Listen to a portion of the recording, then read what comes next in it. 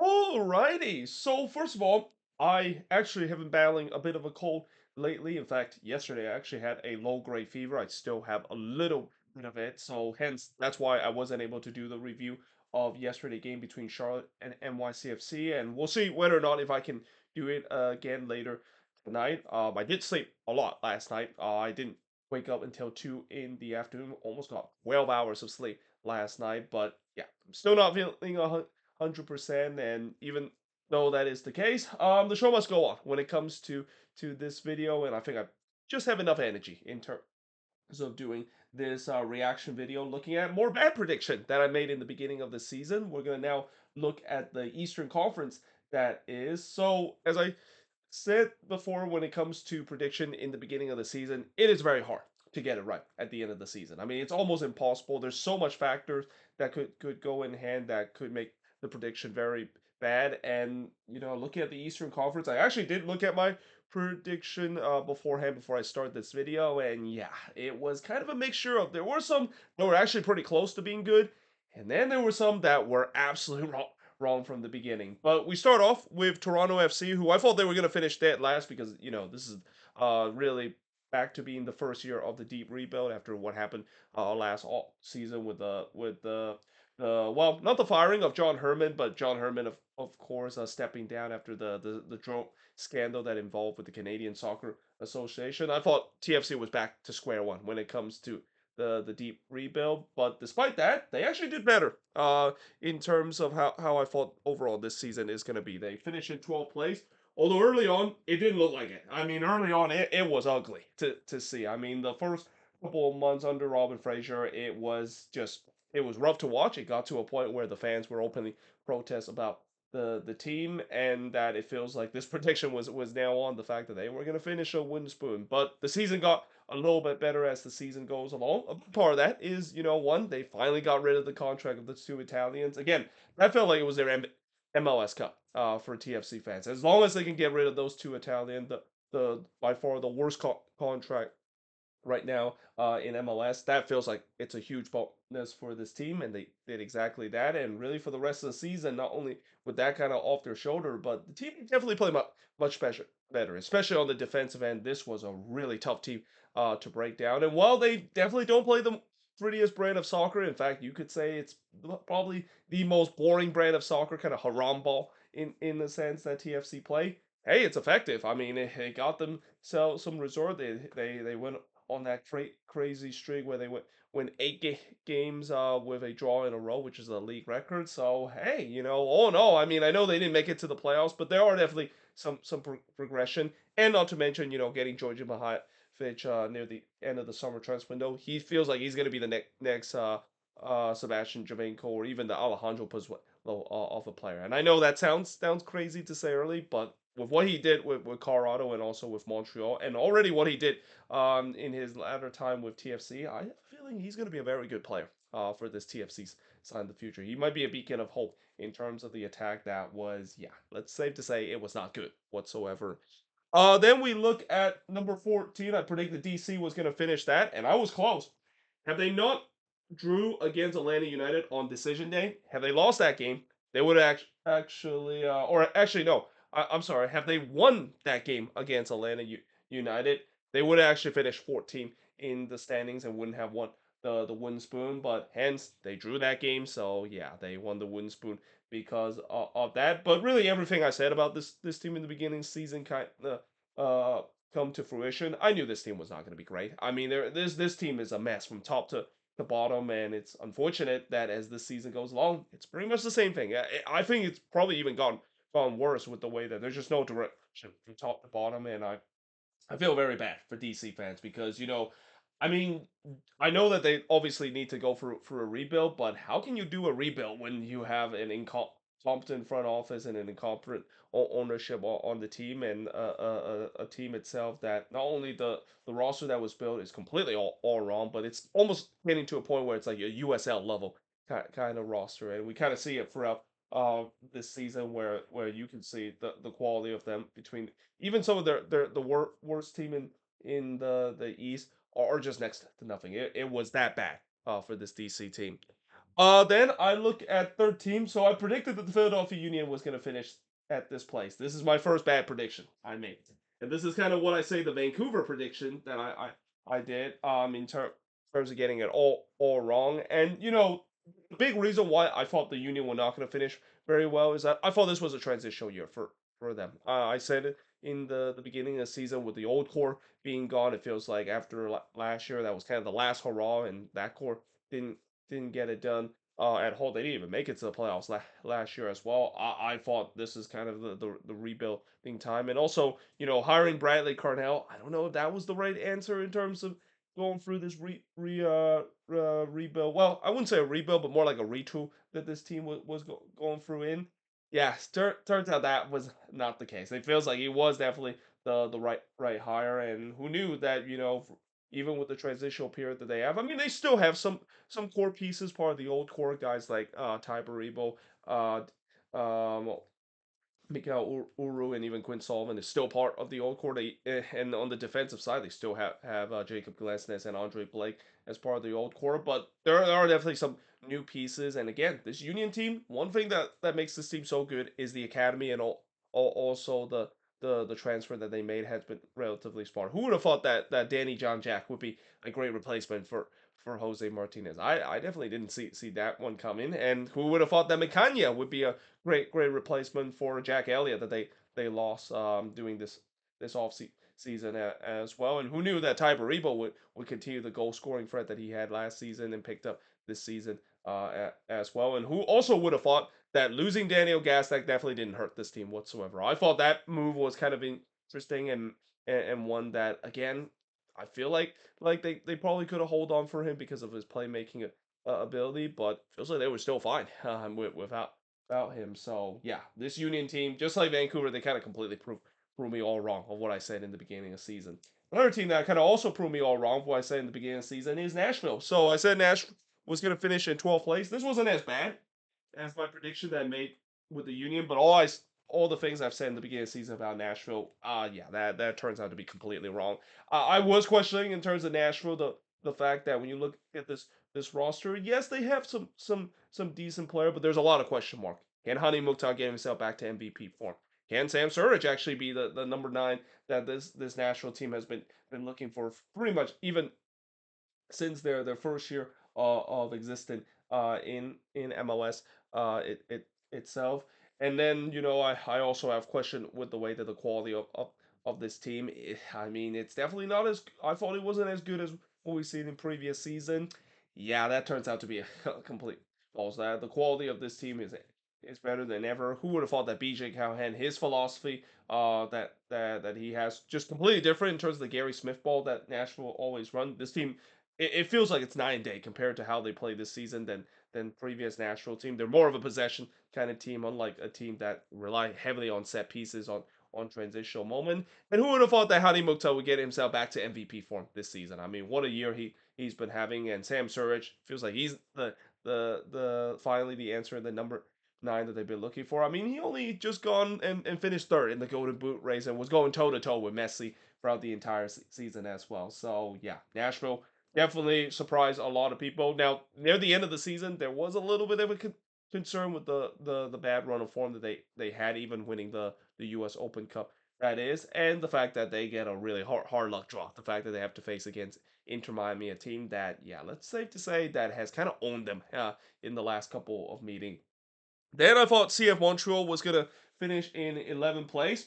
They weren't that far off of what I predicted. They actually finished a little bit worse in 13th position. But again, what I said about CF Montreal in the beginning of the season was sort of kind of the same the thing that I thought would happen. This team lost some quality during the off season. I thought that this with this team, maybe with the way that they reinvested in this team, maybe things would be better. Well, they didn't really reinvest this team, and things kind of got really bad for the CF Montreal team as the season goes along. Eventually, Laurent Courtois lost the locker room, getting fired, and now Marco Donadel being the new head coach of this team on a permanent basis. I mean, I don't know if this is anything better, even though it's another example. Montreal seems to like to hire within, and also when you look at the quality of this team as well, yeah, It's there are some promising pieces, I would say. Prince Owusu definitely had a renaissance of a season. I didn't think he would have this incredible of a season like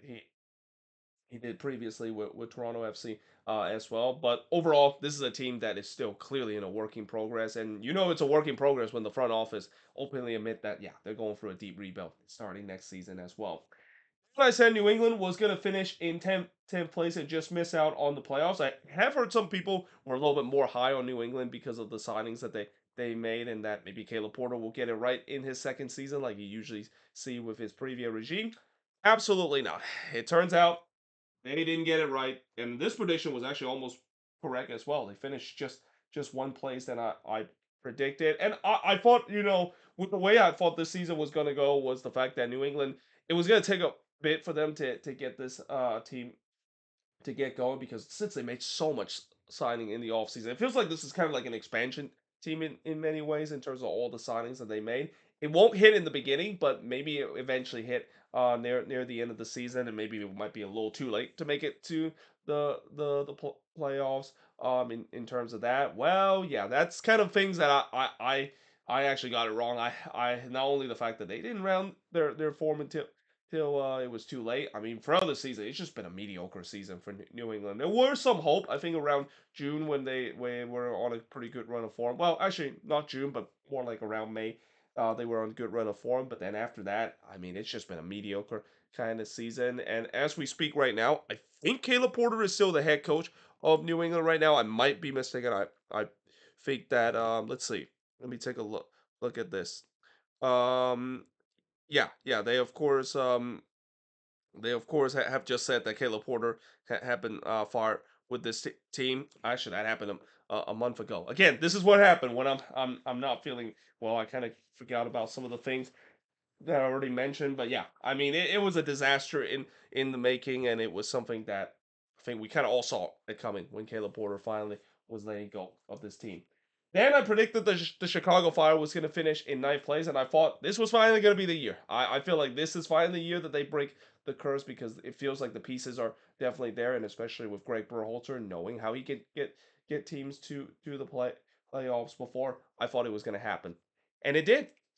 Although, again, just like the New England one, I was just one place off. But everything I said about Chicago kind of came true. I thought this team was going to finally break this curse. I mean, I just feel like with the signings that they made. I know in previous years, Fire fans get excited about some of the signings that they made, but it turns out to be a dud. But it turns out this season that's been anything but that. I mean, Hugo Kuipers, even though he wasn't a new signing, he turned it up to the next level as well. But the biggest signing I think that really changed this team is Philip Zikanago. I mean, Zikanago, this has been a signing that he might be actually in for run in terms of winning newcomer of the year, though I think most likely Dryer is gonna win that. And if it wasn't for Andres Dryer in terms of him doing a carry job with San Diego, I think Zikanaga would have won it for the Chicago Fire. What a player he is. He has been the guy that Chicago's been looking for in terms of being the playmaker. He was kind of the guy that I thought they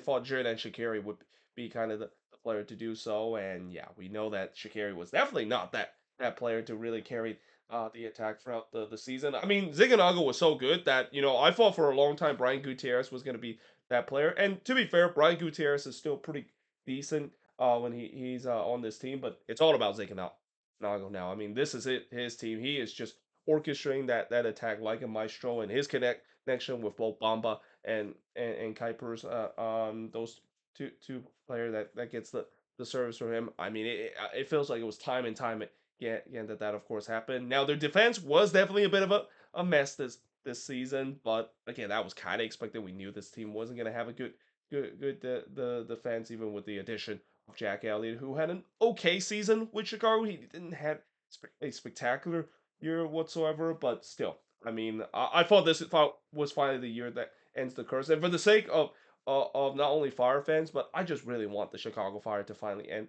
the curse. This is the last team that I have not seen them in the playoffs ever since I started covering it MLS in 2018, and I'm just so proud of them finally breaking that curse, and we'll see where they can go even deeper now, even though they're down 1-0 in that game against the Union, in a game where they really give the supporters shield winner all they can handle in that one as well.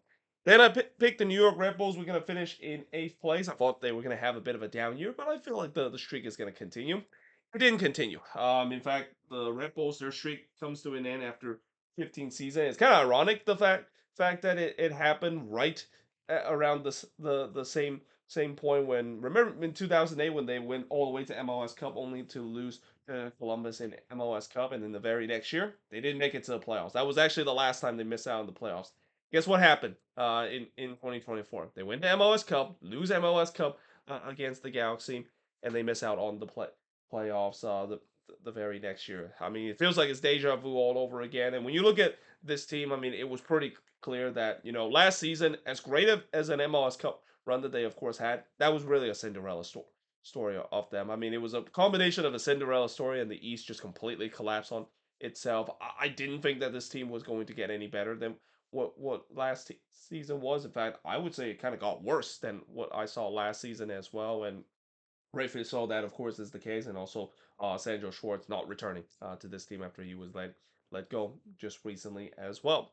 Then I predicted Orlando City was going to finish in seventh place. I thought, for Orlando, just like the Red Bulls, I thought they were going to have a bit of a down year as well. I mean, I thought last year was really their opportunity to make it to MLS Cup and win it all. And yeah, this year it kind of shows you why, because they eventually finished in ninth place. Now, to be fair, I would have got this prediction good, probably right if they didn't just absolutely collapse in the latter part of the season. I mean, this season was just a complete opposite of what we saw last season and the previous season as well, where usually we see Oscar Pereira team gets hot near the end of the season, at least in the last 2 years, and get a good momentum heading into the playoffs. This was the opposite. They absolutely self-destruct late in the season, and the game against Chicago. I mean, that felt like it was a funeral game for Orlando City in the season. Even though they made it to the playoffs in this one, I'm pretty sure no one would have thought that Orlando City was gonna win.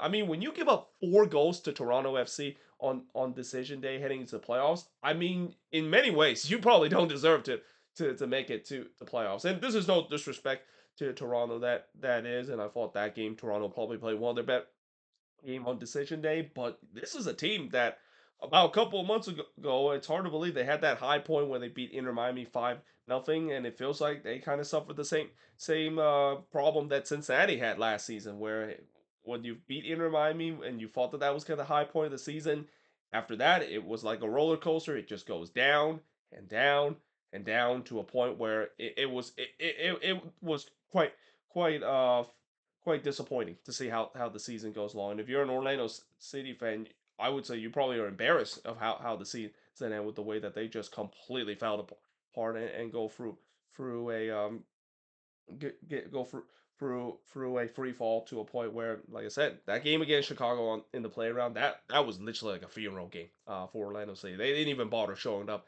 in that game until it was too late.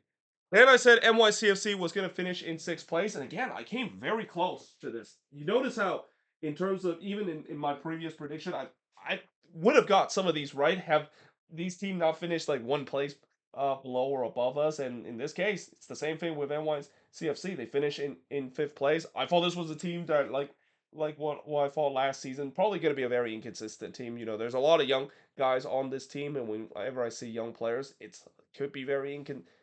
And throughout the season, that it was kind of the case. But I think as the season goes along, they definitely turn things up, and now they're started to kind of go on a similar run as how they won the MLS Cup in 2021. When they win MLS Cup in 2021, it wasn't because of the fact that they had an incredible regular season. They got hot at the right time and went on to win all the way to the final and win MLS Cup on the road. And it feels like this might happen again this time. I mean, yes, it's going to be tough to repeat that because I think the run to MLS Cup compared to that year, especially facing against some of those Eastern Conference teams, is much tougher than what we seen uh, than than uh, in previous year. But maybe they could do it. I mean, after all, they already defy the odds of becoming the only road team so far to win in game number one in the playoffs, and they maybe be the only road team to do so. Yeah, if LAFC can get the win tonight against Austin. Then we look at Charlotte, who I thought they finished in fifth place. They finished a place above me, or above what I predicted. eventually finish in fourth place. For Charlotte, I feel like the reason why they finished this high in the standings is really mainly due to the fact that they had that great run to the beginning of the season and then that 9 game winning streak. Because after that, yeah, it's actually been a very mediocre and been a very poor season for Charlotte. And we're starting to seeing it again where, right after that 9 game winning streak is over, they started to kind of gone back down to earth, kind of become a little mediocre. And then in the game against NYCFC, I'll talk about it in the review. Yeah, it is pretty clear that they missed Wilfred Zaha badly in that game. And I feel like maybe this is where I probably should have picked NYCFC to move on instead of Charlotte because I just worry with the way that, without Wilfred Zaha, this team simply cannot operate as good as they should be. And man, oh man, they were having a lot of problem in that game against NYCFC. They just couldn't do anything on the attacking end without their playmaker. And that red card that we saw on decision day, just a really needless red card that we saw on decision day against the Union. How much that's not only gonna come back to haunt Charlotte in a big way, but it could haunt them in terms of the season. Where if Charlotte does not move on to the next round against NYCFC. If NYCFC gets the win at home, which they tends to do this season when they face against good team, you got to go back to that decision they dumbfounded by Zaha. Just absolutely no need for him to get a second yellow, and that might have cost their season this year. Now looking at number 4, I thought Columbus was gonna finish in fourth place. Yeah, they didn't finish there. They finished in seventh position. I knew Columbus was going to take a bit of a step back, mainly because, not only with the loss of Cucho Hernandez, but with the amount of games that they, of course, play. I feel like Wilfred Nancy's side might be taking a step back or so.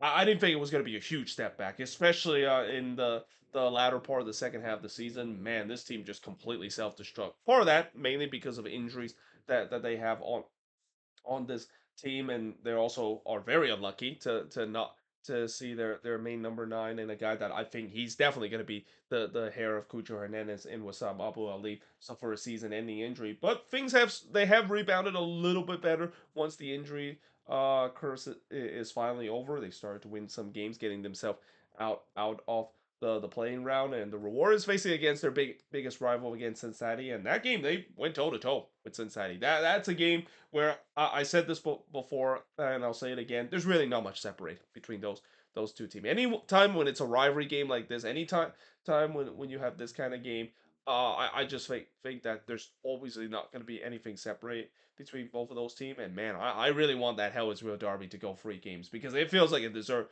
to do so with how closely matched both of those two Ohio teams in that first round of the playoffs.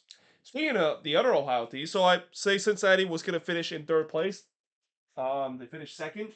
Again, another team that I think this is one, two, three, four, five times I've had in my prediction. I made that I would have absolutely been spot on if they didn't finish one place above or below me. So before you criticize in terms of my bad prediction, just know at least I got some of these almost spot on as well. And for Cincinnati, I thought they were going to finish in third place as well. I mean, when I look at the top 3 in the East, and we'll get to that one team that unfortunately did turns out to be a huge disappointment, but I thought Cincinnati was going to be there. Maybe not, might not have enough in terms of what we'll see with Inter Miami, and also the most disappointing team this season as well. But I think Pat Nolan's side was still going to do very well, and it turns out that was the case. They finished second in the standings. They did win that first game in the Hell was Real Derby, but again, I think for Cincinnati fans, even though they will be very happy that they won that game against Columbus,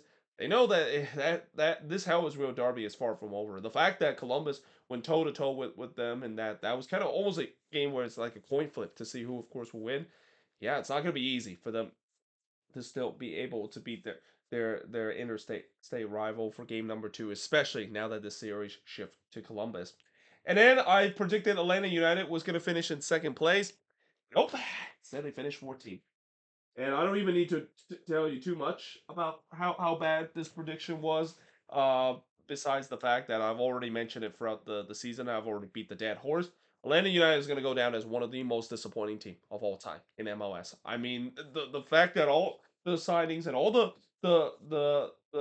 thing points in this season, the fact that Atlanta is truly going to be back, who would have thought that pretty much all the signings that they have, the $50 million attack they have, just gone completely bust. I mean, I'm still very dumbfounded of how in the world this completely fell apart for this team. And also, with Ronnie Delia, an MLS Cup winning head coach and a guy that knows how to do on this league. I mean, I'm just dumbfounded how in the world did he not able to get this team up for every single game. I mean, just truly, I know there are some season where I'm kind of getting caught completely by surprise in terms of the team performance for better or worse, and unfortunately for Atlanta United, it pretty much is for worse. I did not see this coming with how bad things have gone. I did not expect this is going to be one of the worst, if not the worst, United team of all time, and there's a lot of soul searching that this team has to make this all off season as well, because it's pretty clear that they're starting to fall in that same category as what we see with Toronto FC, where just because you spend a lot of money, if you don't spend it wisely and also don't scout the players and think that it will be a right fit in this league, that's where Atlanta United find themselves in, and next thing you know, they're in the same situation as Toronto as well. They will have the ability to spend money. Their ownership will allow to do that, but they're not being smart when it comes to spending those money, and at times those signings just completely turn to bust every single time. And then I thought Inter Miami was gonna finish in first place.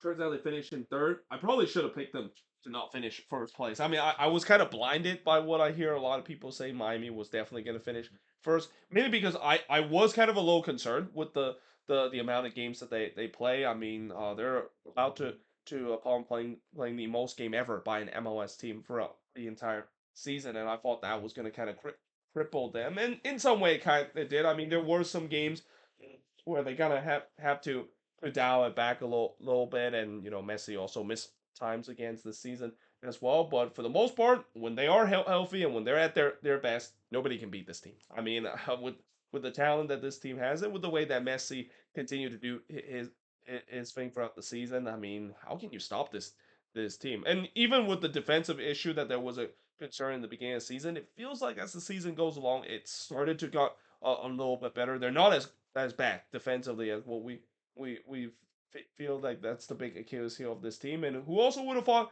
that Rocco's Real Novel's a guy that was so bad in the beginning of the season when he was in the backup role. Who would have thought that he would be in sensation and really just kind of almost took that job away from Ustari? I mean, if you're Javier Mascherano, I don't think you're going to switch back to Ustari even if Ustari is healthy, because Ustari has not performed very well down the stretch. Meanwhile, Rios Novo has been lights out as the season goes along. So you got to go with the hot head in this case, but yeah, in the case of Inter Miami, I probably should have picked them a little lower because of the amount of games that they have. But we knew that this team was going to make it to the playoffs. Especially even if I know back in May it was kind of funny for a lot of MLS fans, and maybe some MLS fans were celebrating the demise of Inter Miami with the struggle that they had. I think that demise might have been greatly exaggerated when they went on an incredible run as the season goes along, and eventually finishing third place and look like a team that once again is going to go all the way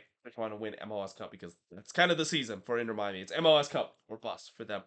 Either way, that is pretty much it. Looking at my prediction in the Eastern Conference, like I said, it's a little bit of mixed bag in terms of some of the prediction I made. I made some bad prediction, but I made some that were pretty good. But unfortunately, I hate to say this, but I didn't get any of them right this year as well. Might be the first year that I actually got it all the prediction wrong when it comes to where they finish in the standings. I mean, I came close in terms of some of them. In fact, I think this is probably the most I came close in terms of this season when it comes to predicting teams that are just one place off as well. I mean, this prediction alone. I mean, let alone you have one, two, three, um, four, five, six teams in this prediction that I was only one place off of what I predicted as well. God, that's got to be very frustrated to see, because I could have easily got at least a couple of these right if I didn't